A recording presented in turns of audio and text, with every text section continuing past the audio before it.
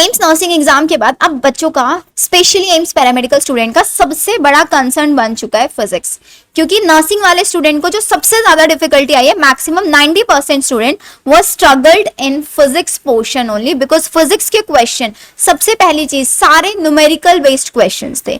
अगर हम बात करें तो 95% जो पार्ट आया वो न्यूमेरिकल से था। सिर्फ और सिर्फ कुछ ही न्यूमेरिकल्स में क्वेश्चन ऐसे थे, 5 से 6 क्वेश्चन ऐसे थे जो डायरेक्ट फॉर्मूला बेस्ड थे, बाकी सब अच्छे थियोरेटिकल क्वेश्चन थे, मतलब theoretical in the sense solve करने वाले कॉन्सेप्चुअल क्वेश्चन न्यूमेरिकल सी। बाकी 5% जो थे कि आपका डायरेक्टली यूनिट बताना है, डायमेंशंस बताना है, ऐसे कुछ थियोरेटिकल क्वेश्चन आप उनको बोल सकते हैं, ये था। अब बात ये करता है कि हम लोगों को फिजिक्स कैसे पढ़ना है ताकि हमारे पैरामेडिकल वाले स्टूडेंट को स्ट्रगल नहीं करना पड़े, बिकॉज हमें पता है बायो तो बहुत इजी आएगा, केमिस्ट्री इनऑर्गेनिक ऑर्गेनिक से ज्यादा पोर्शन है, फिजिकल से कम पोर्शन आया है। नेक्स्ट चीज आ जाती है कि क्या हमें डिलीटेड पोर्शन पढ़ना है? जी नहीं, आपको डिलीटेड पोर्शन को आप स्किप कर सकते हैं डायरेक्टली, क्योंकि नर्सिंग के अंदर नहीं आया है क्वेश्चन, तो इसका मतलब पैरामेडिकल में भी क्वेश्चन नहीं आएगा। अब फिजिक्स में क्या कोई हाई वेटेज चैप्टर्स हो सकते हैं? हमें पढ़ना कैसे है, न्यूमेरिकल्स कहां से करें, क्वेश्चंस कहां से करें, सारी चीजें मैं आपको इसी वीडियो में बताने वाली हूँ। लास्ट 25 डेज की एक कंप्लीट स्ट्रैटेजी मैं आपके साथ शेयर करूंगी। तो सबसे पहली चीज जो सबसे इंपॉर्टेंट है हमारे पास कि दी हमसे ना न्यूमेरिकल सॉल्व नहीं होते, तो सिंपल आप लोगों को क्या करना है, आपको लास्ट 25 डेज का मैंने एक प्लानर बना के दिया हुआ है। जिसने प्लानर नहीं देखा मैं एक बार यहाँ पे दिखा भी दूंगी आप लोगों को। 25 डेज का प्लानर बना के दिया हुआ है, जिसके अंदर आप लोगों को डेली टारगेट्स हमने मेंशन करके दिए हुए हैं कि भाई आप लोगों को डेली ये चैप्टर्स पढ़ना है। I am just taking an example, ध्यान से सुनना, सारी चीजें बहुत बहुत अच्छे से समझ में आएंगे आप लोगों को।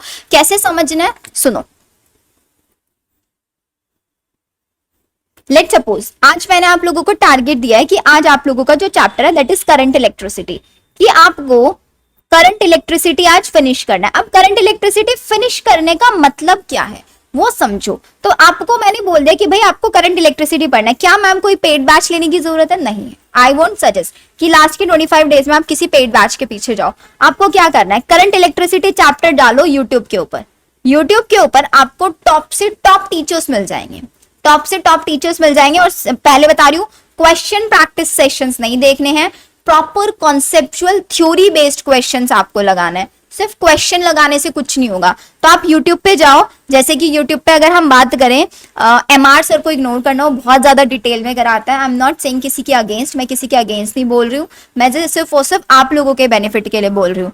आपको वहां पे एक तमन्ना मैम मिलेंगी, ठीक है। मैं हमेशा तमन्ना मैम के लेक्चर्स क्यों आप लोगों को सजेस्ट करती हूँ, because she is the one जो डायरेक्ट टॉपिक्स पढ़ाता है। आप लोग जनरली यूट्यूब पे एक चीज नोटिस करेंगे, यूट्यूब पे बातें ज्यादा होती है, पढ़ाई कम होती है, क्योंकि अगेन हर किसी का फोकस होता है स्टूडेंट एंगेजमेंट का। तो यहाँ पे आपको ये मैम मिलेंगी जो इनके लेक्चर्स अगर आप लगाओगे ना, तो 2 घंटे का लेक्चर है ना, तो 2 घंटे लेक्चर में सिर्फ आपको सीखने के लिए मिलेगा, इधर उधर की बातें कहानियां सुनने के लिए नहीं मिलेंगी। इसीलिए मैं अपने बच्चों को इन टीचर्स को सजेस्ट करती हूँ, बिकॉज मैं नहीं चाहती आप लोग कहानियां सुनो, कहानियां सुनने से कुछ नहीं होगा। सो आप तमन्ना मैम के लेक्चर लगा सकते हो। ऐसे बहुत सारे बच्चों को जिनको इनका नहीं समझ में आता है, आपको जिस भी टीचर का समझ में आता है उस टीचर के चैप्टर वाइज आपको 1 शॉट लगाना है।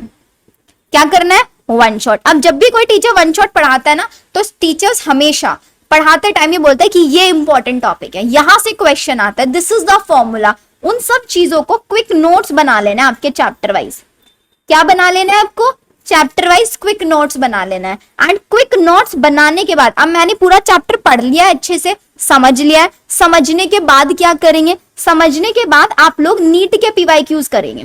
और जो मैं बोल रही हूँ ना, कर लेना, फिर उसके बाद आके मेरे को बताना। अब मैम नीट के PYQs हम चैप्टर पढ़ने के बाद क्वेश्चन लगाने जाते हैं, हमसे नहीं बनते। क्या करना है, तरीका बता रही हूँ।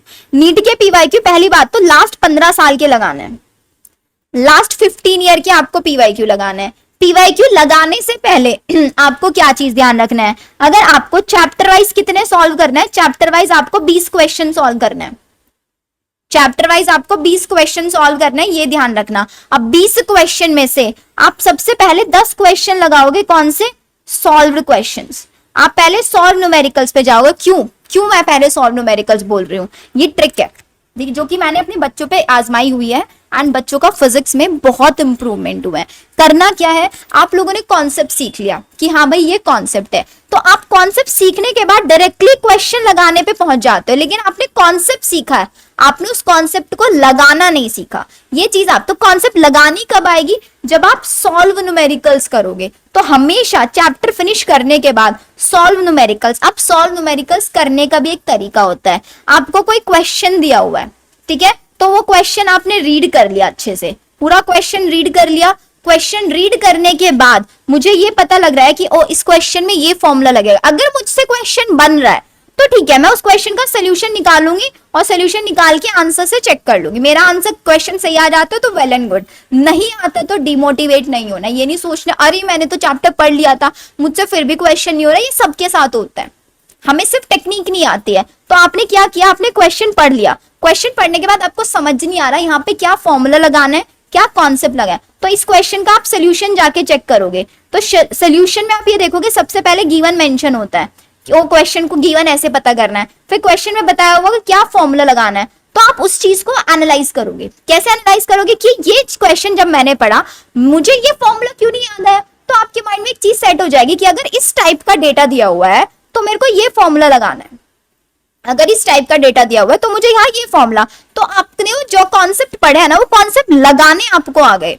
तो ऐसे 10 क्वेश्चन से आप कॉन्सेप्ट लगाने सीख जाओगे। इसके बाद जब आप 10 क्वेश्चंस अनसॉल्व करना स्टार्ट करोगे ना, आपको लिटरली प्रॉब्लम नहीं आएगी, बिल्कुल प्रॉब्लम सॉरी बिल्कुल प्रॉब्लम नहीं आने वाली है आपको क्वेश्चन लगाने में। कॉन्फिडेंस आपके अंदर आएगा और आपकी जो फिजिक्स की प्रॉब्लम है ना, ये छूमंतर हो जाएगी, बिल्कुल छूमंतर हो जाएगी। अब मैं आपको यहाँ पे कुछ प्लानर बता देती हूँ सबसे पहले कि हमारे पास आपको प्लानर कौन सा फॉलो करना है। तो ये हमारे पास प्लानर है फिजिक्स का।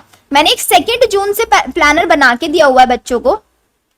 2 जून से, ये 2 जून से है कि 2 जून को ये करना है, 3 जून को, 4 जून को, 5 जून को, 6 जून को। ये प्लानर आपको मेरे टेलीग्राम चैनल पे दिख जाएगा। तो आपको क्या करना है, motion in straight line and plan. अगर आप आज मेरी पहली बार वीडियो देख रहे हैं, बायो में ऑन यूट्यूब करा रही हूँ।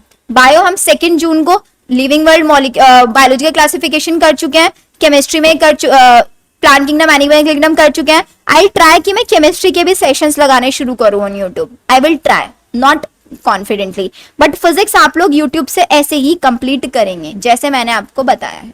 ऐसे करके आपका विद इन 10 डेज पूरा 11th फिजिक्स हो जाएगा। फिर उसके बाद पूरा 12th आपका फिजिक्स हो। जो सीक्वेंस बताया इसी सीक्वेंस में क्वेश्चन करना, नीट के PYQs लगाना, दैट्स इट।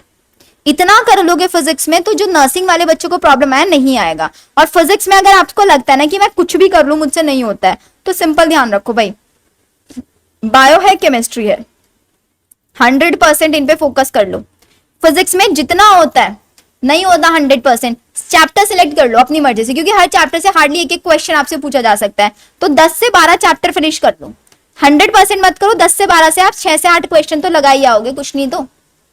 हम क्या करते हैं ना, हम बहुत बार 100% के पीछे भागते हैं। अगर हम उस 100% में से 50% उठा ले पहले और उसी को पक्का कर ले तो 50% तो एटलीस्ट होगा। बहुत बार 100% के चक्कर में हम कुछ भी नहीं कर पाते हैं। तो कुछ ना करने से बेटर है थोड़ा बहुत कर लेना और वहीं से एक स्कोर जनरेट करना। तो फोकस फिजिक्स बायोकेमिस्ट्री पे कर लो, ये लास्ट ऑप्शन है। अगर आपको लगता है मुझसे नहीं हो रहा है फिर भी, तो focus on bio and chemistry. Physics को 50% कर लो, सिलेक्टेड चैप्टर, जो चैप्टर आपको इजीली समझ आ जाता है उन चैप्टर्स को पढ़ लो, लेकिन चैप्टर्स के कॉन्सेप्ट पढ़ने हैं, क्वेश्चन सॉल्विंग वीडियोस नहीं लगानी है। बायो की ऑलरेडी मैंने नर्सिंग के लिए पूरी मैराथन सेशंस की एक प्लेलिस्ट बना रखी है, मैराथन सेशन 2025 करके, वो आप प्लेलिस्ट पूरी फॉलो कर लोगे। बायो 30/30। केमिस्ट्री की भी एक प्लेलिस्ट बना रखी है पूरी की पूरी, वो प्लेलिस्ट बहुत इंपॉर्टेंट है, उसको देख लेना। उसके अंदर आपके ऑर्गेनिक केमिस्ट्री, इनऑर्गेनिक केमिस्ट्री के कुछ सेलेक्टेड चैप्टर्स पढ़ाए हुए हैं वहां पे, आप वहां से उसको कर सकते हैं। सो आई होप आप लोगों को फिजिक्स समझ में आया होगा, कैसे करना है कैसे नहीं करना है।